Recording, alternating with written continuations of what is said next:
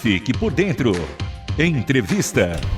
E eu, agora, Renata Burjato, sigo aqui com a nossa entrevistada de hoje, a cirurgiã dentista doutora Juliana Stujinski Barbosa, vai falar pra gente a respeito de bruxismo. Doutora Juliana, tudo bom? Seja bem-vinda. Tudo jóia, bom dia a todos. Bom dia também, doutora. Obrigada aqui pela sua participação. Pra gente já começar definindo o que é bruxismo.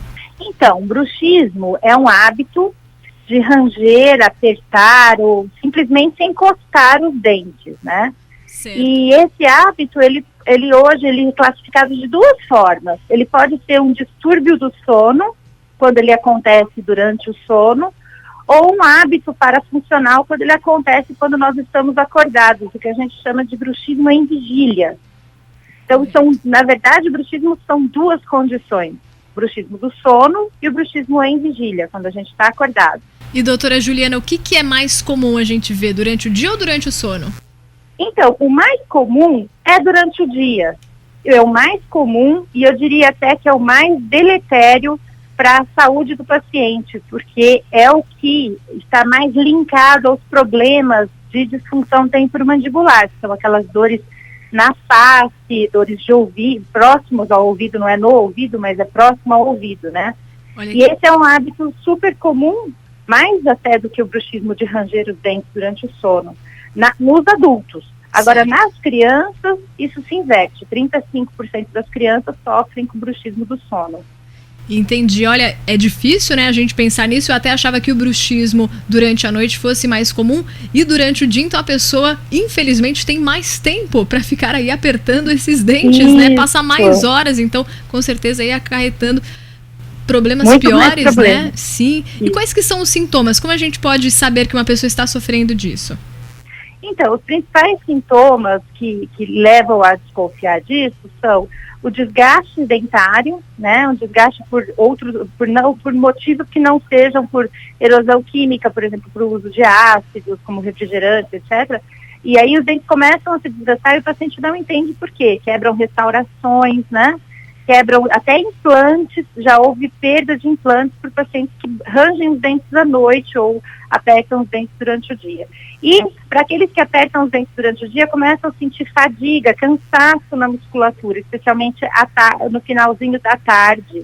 E como eu falei para vocês, as disfunções temporomandibulares, que são os problemas que envolvem a articulação temporomandibular, a ATM, e a musculatura mastigatória, que acabam sendo prejudicados, porque quando a gente aperta os dentes, nós levamos uma pressão muito grande para dentro dessa articulação. Então começam a ter ruídos na articulação, ou dores mesmo localizadas nela e nos músculos da mastigação. E doutora Juliana, eu acredito que devem aí ter níveis, né? Talvez pessoas que tenham mais bruxismo do que outras. Há um bruxismo de uma forma leve, um pouquinho até mascarado, que a pessoa nem saiba que está sofrendo com isso? Sim, com certeza. E também, assim, como eu falei, a gente tem que dividir em bruxismo do sono e vigília, né? O bruxismo do sono, ele não acontece todas as noites, e não acontece, e algumas pessoas isso acontece todas as noites, só que não é a noite inteira. Em algumas você tem mais eventos de bruxismo, em outras menos eventos de bruxismo. Então, realmente, às vezes a pessoa nem percebe que apresenta bruxismo, ela vai perceber, às vezes é o dentista que vai avaliar e vai perceber, por exemplo, a mucosa marcada, ou a língua marcada, os dentes desgastados, um aumento, uma hipertrofia, como se ganhasse massa muscular na musculatura mastigatória, porque é um exercício, não deixa de ser um exercício, né? Por isso a dor também muscular, isso. né? Então existem sim graus de bruxismo que o paciente pode apresentar. Então, doutora Juliana, por isso a importância, né, de ir regularmente no dentista, né, para avaliar, né, e justamente saber se está sofrendo com isso, que às vezes pode estar aí meio mascarado. E como que pode ser tratado o bruxismo? Então, o tratamento para bruxismo, primeiro, o bruxismo não tem cura. Especialmente o bruxismo do sono, ele é controlado pelo sistema nervoso central. E ele não tem cura, a gente somente consegue controlar. E o melhor controle para o bruxismo do sono é o uso de placas interoclusais, que são aquelas placas em acrílico, porque as placas de silicone, elas prejudicam ainda mais a musculatura e os dentes do paciente.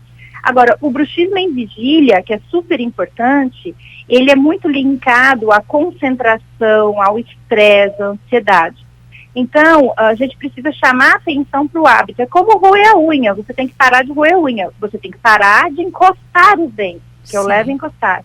Então, para isso, a gente hoje tem aplicativos para smartphones que fazem esse lembrete, como tem um aplicativo gratuito que se chama Desencoste. Que interessante. Então, é super interessante. A pessoa pode baixar o aplicativo, instalar no seu smartphone e de hora em hora ela vai se lembrada disso e consegue ela parar de encostar os dentes, porque não tem outra forma para o bruxismo em vigília.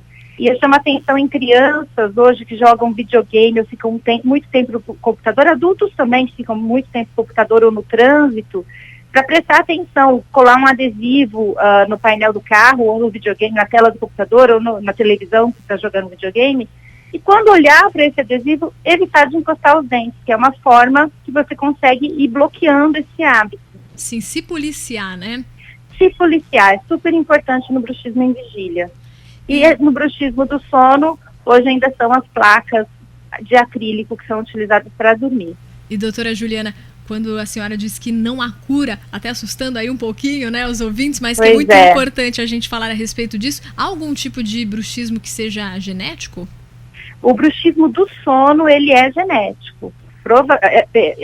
Não podemos afirmar que os estudos estão avançando nessa linha. Sim. Mas provavelmente há um fundo genético dele. Agora, a boa notícia é que não progride para a faixa etária da terceira idade. Olha, então, o que nós percebemos é que o bruxismo é muito comum na infância, depois ele atinge de 8 a 16% da população adulta, o bruxismo do sono, tá? E depois ele não progride para a terceira idade, ele atinge apenas 3% só da população na terceira idade. Então essa é a boa notícia, ele não tem cura, mas você não vai ranger os dentes pela vida inteira, tá? Ele vai chegar um momento em que isso vai parar, e quando vai parar, aí você tem que fazer o acompanhamento do seu tratamento com o dentista, e através da placa ou através de polissonografia ele pode estar verificando se você ainda mantém o hábito. E esse acompanhamento com o dentista, também no caso do tratamento, pode ser auxiliado também por um fonoaudiólogo? Olha, no caso do bruxismo especificamente, os fonoaudiólogos eles ajudam nos exercícios para fazer o alongamento da musculatura, para não agravar, numa questão de uma prevenção, para não agravar a contração muscular e levar a uma disfunção.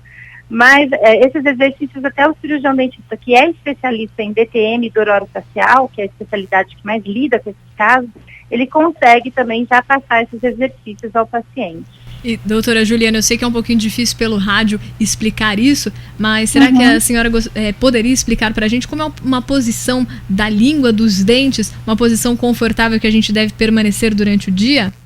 Claro, a gente chama essa posição de posição do N, que é quando você fala a palavra N, você encosta a língua em cima da papila, no céu da boca. Certo. Então, o ideal para todo mundo que tem esse apertamento, que está encostando os dentes, a língua geralmente ela fica para baixo.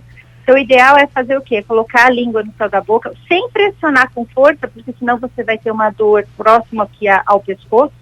Então, levemente encostada, os dentes levemente desencostados e os lábios vedados. Então, é assim que a gente tem que permanecer. Agora, o que eu falo ao paciente é que às vezes a gente pede, coloca a língua no céu da boca e às vezes o paciente ele começa a sentir dores no pescoço por forçar a língua. Então, a primeira etapa, desencosta os seus dentes. Depois, a língua por si só, ela vai procurar a posição do N, que eu falei para você. Muito bom, gostei demais. Acho que todo mundo ficou aí tentando fazer um exercício enquanto ouvia suas explicações. Principalmente no trânsito, né? Que o pessoal que está dirigindo agora provavelmente está encostando os dentes, forçando os dentes. Doutora Juliana, muito obrigada aqui pelas explicações. Se a senhora quiser acrescentar mais alguma coisa, fique à vontade, o espaço é seu.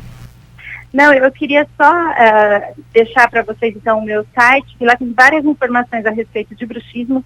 Bruxismo é o tema que eu estudo há muitos anos já, e é www.julianadentista.com, e quem quiser mandar perguntas, estou aí à disposição para respondê-las. Hoje conversamos com a Juliana Stuzinski Barbosa, ela que falou pra gente a respeito de bruxismo. Se você gostou do assunto e quer mais explicações, então continue esse bate-papo também pela internet. Pegue informações no site que ela deixou para nós. Doutora Juliana, muito obrigada. Obrigada a vocês. Um bom dia. Igualmente.